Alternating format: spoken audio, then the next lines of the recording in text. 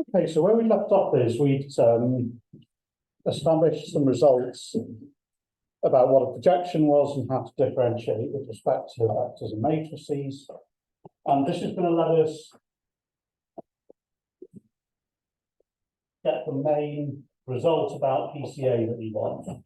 Okay, so this is a long one, right? So let's let A1 up to A P be orthonormal. So that means that each one's length 1 and they're all at right angles to each other. Okay, orthonormal eigenvectors of the sample covariance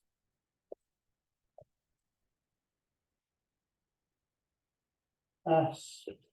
Okay, and again, we're not going to worry about whether we're working with biased or unbiased, either will be fine. With eigenvalues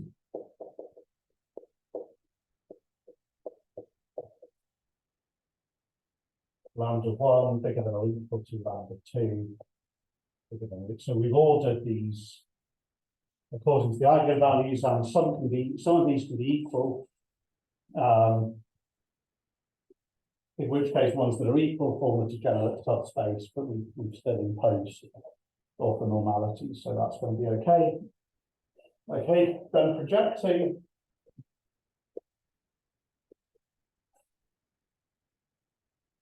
onto AI yields the largest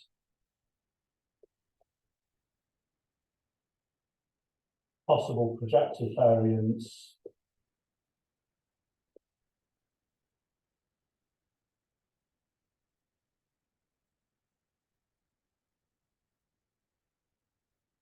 out of any vector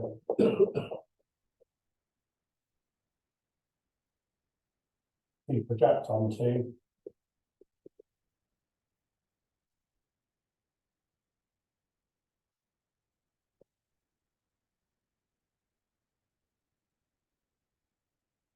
orthogonal to the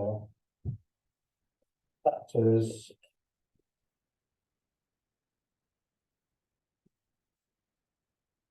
yielding the I-1 largest projective variances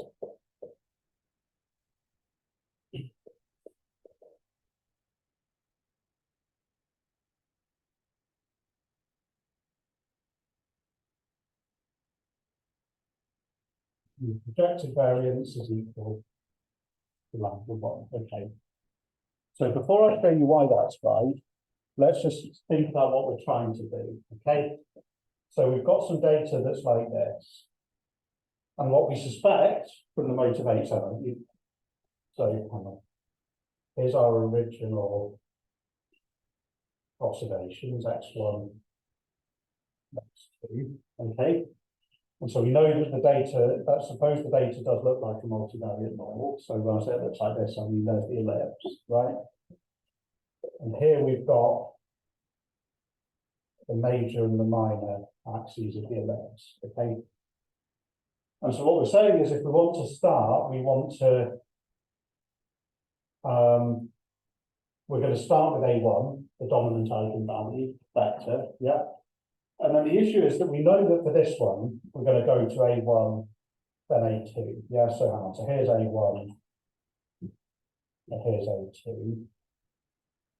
Yeah, because they have to both be length 1, right? And the point is that we could come up with a vector that had more of the variance associated with it than A2 by moving a little bit towards A1. So if we call this vector here B, yeah, there would be more variance in the data associated with B. And we could keep doing that. And so actually it's going to be even more associated with C and so on, right?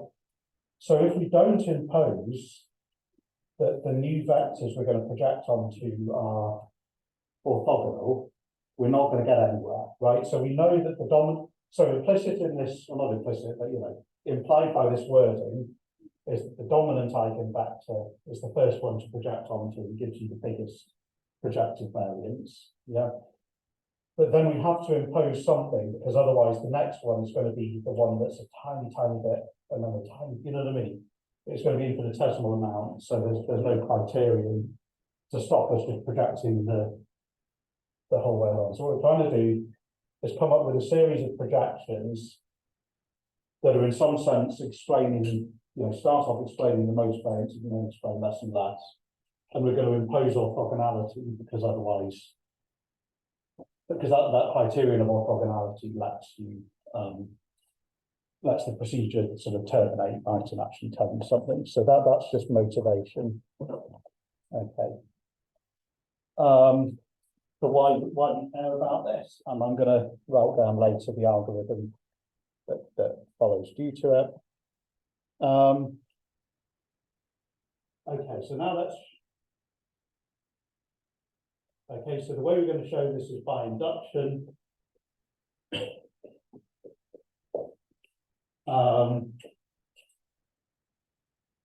So start by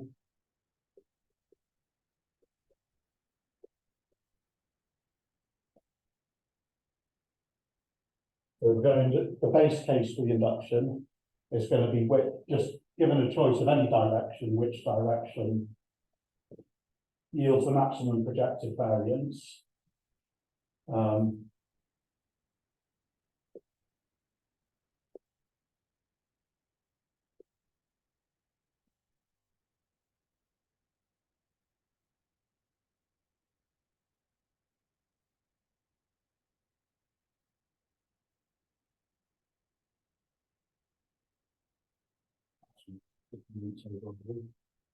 Okay.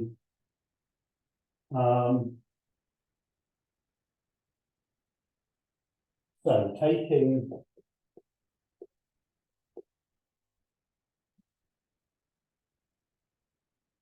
which is that's what defines the projective variance. Or expression for the variance.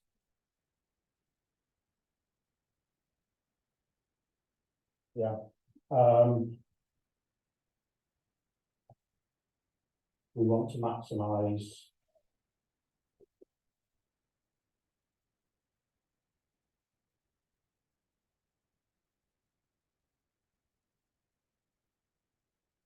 quantity here, which we're going to call. Okay. So a maximum of R will be a point at which the partial derivative with respect to every element of A is 0. Okay.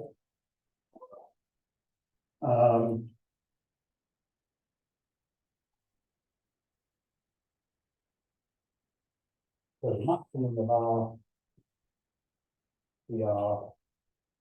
the AI equals 0 for I 1 to P. Yeah. So using using the definition to 1 notation, we want the RDA to be, and then we're going to use the quotient rule for differentiation. Yeah.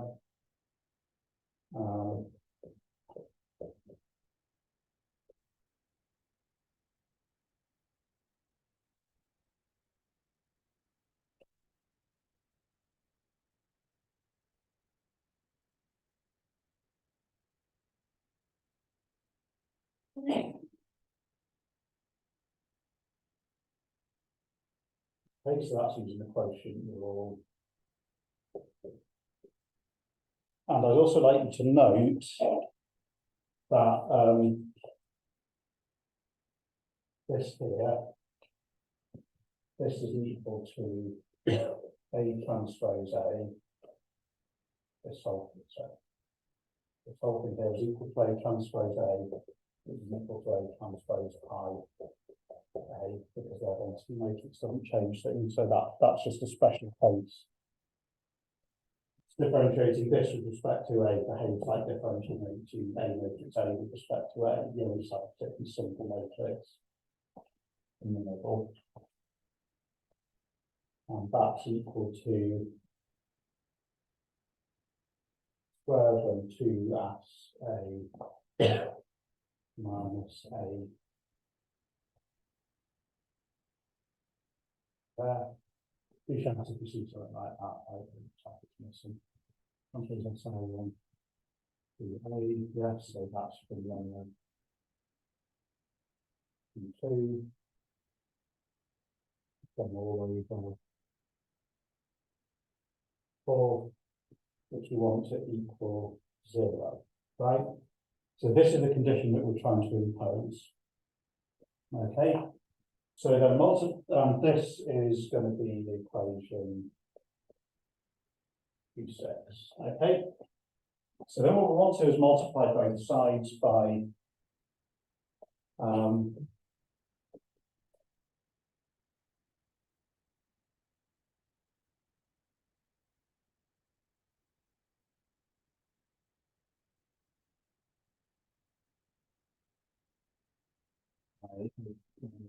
two, and that's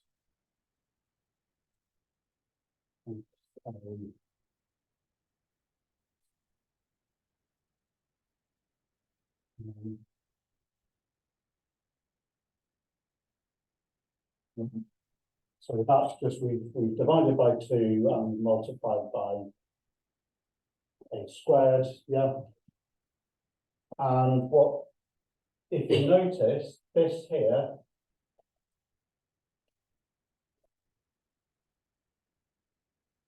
this quantity here is equal to R, yeah.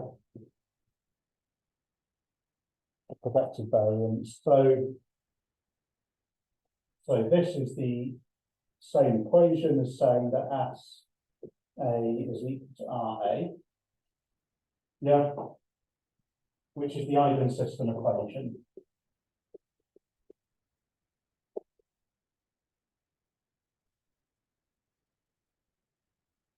One, yeah. Okay. So that establishes what we want. Okay, so for you, so check d squared R dA dAj.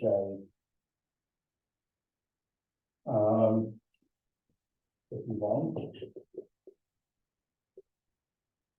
yeah. But actually, you can just argue. You can say that this is a necessary condition for it to be a maximum, yeah. And because this is necessary, this has got to hold, and then the largest value of the project. So it has to be an eigenvector at a maximum, yeah. And therefore, at that, the maximum value is going to be the one that gives you the biggest eigenvalue. Okay. So we've assumed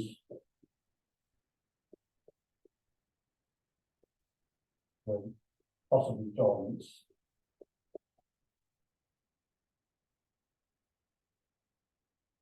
So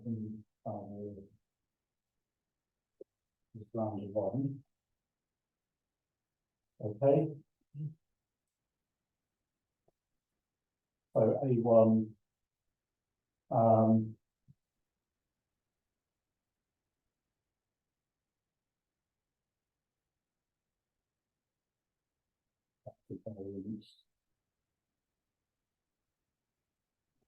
basically, if we're stopping thinking about that, right? We said the eigenvalue or eigensystem equation has to be satisfied.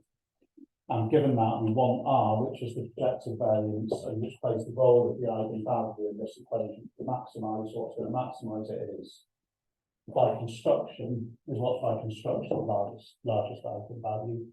So that establishes this for that establishes the inductive hypothesis for I equals 1. Okay.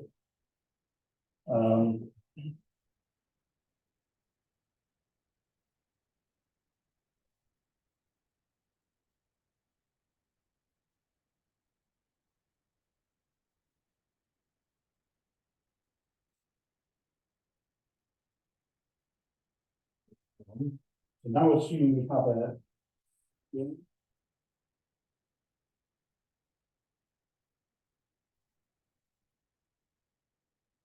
up to -1. Okay. So we assume that we have the inductive hypothesis upright as well, and see if we can make it hold for I. Okay, and seek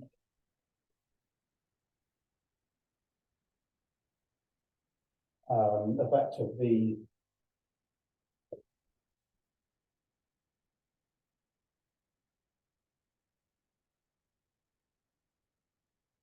maximizes projective variance.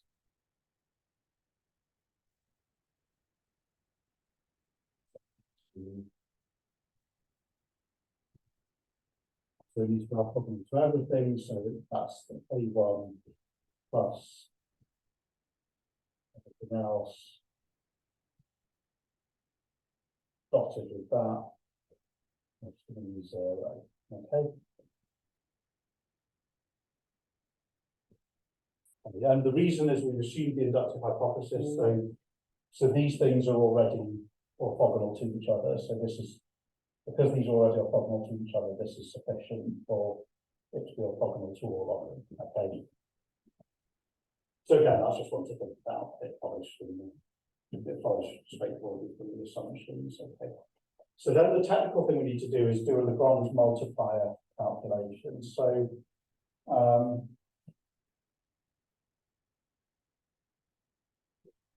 hopefully we've met this method.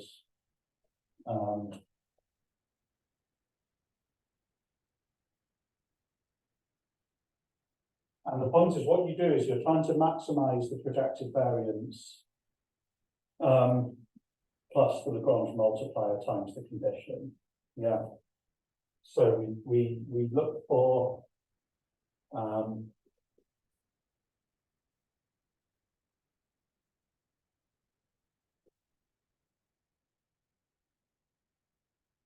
I'll write this down, then I'll explain what the terms are.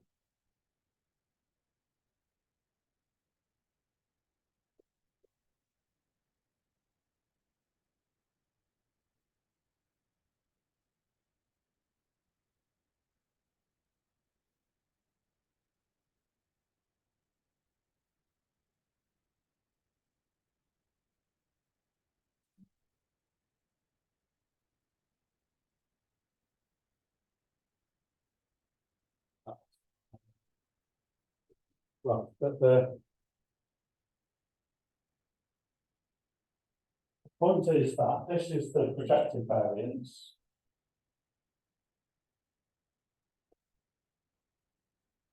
You want to maximize that. This is the constraint. And we need the derivative with respect to the Lagrange multiplier to be 0. Okay. So again, that's quite logical when you think it through if you haven't met the condition before. So this second one here, okay, this just implies the constraint. So this implies 2,7, yeah, which is already known. So this one is sort of doesn't tell us anything new. But if we look at the first, so let's look at this condition and let Ri be V transpose B over V squared, be the projective variance. So we get from this following, I won't write these out again, but with B instead of A, but it's just these steps that would be with A changed for B. Okay.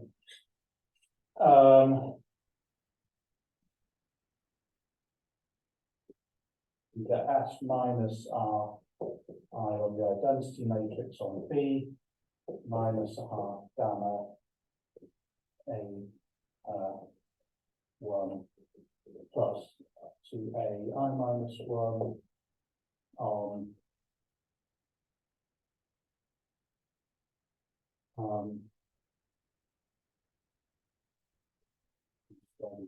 Okay, this would be okay, now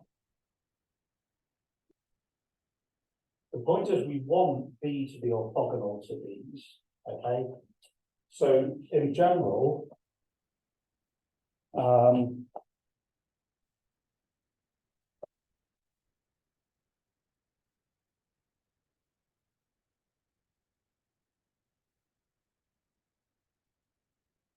these are orthogonal to B, right? We assume that in the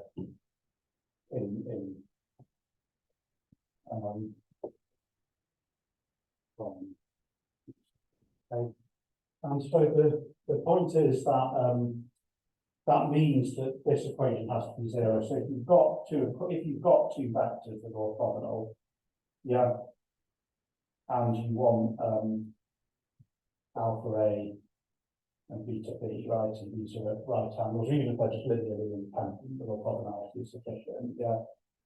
Alpha A plus beta B equals zero implies that alpha and beta are both zero. Okay. So just making use of that argument. So this implies that gamma is zero, yeah, and SV is R prime B, which is the eigensystem equation again. Okay, so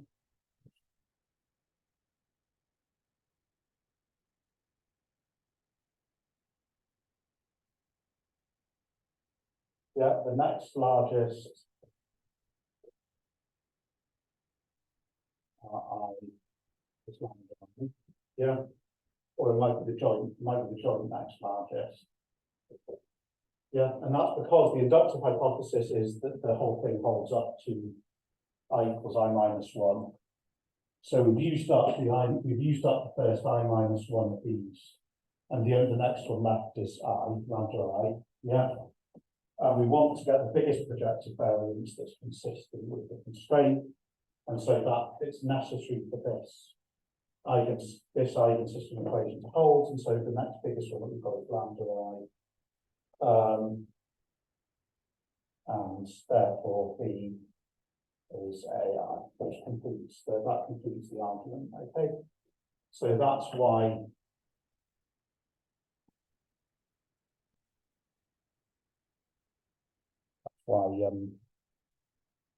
basis for PCA. Okay, so there are any questions on this?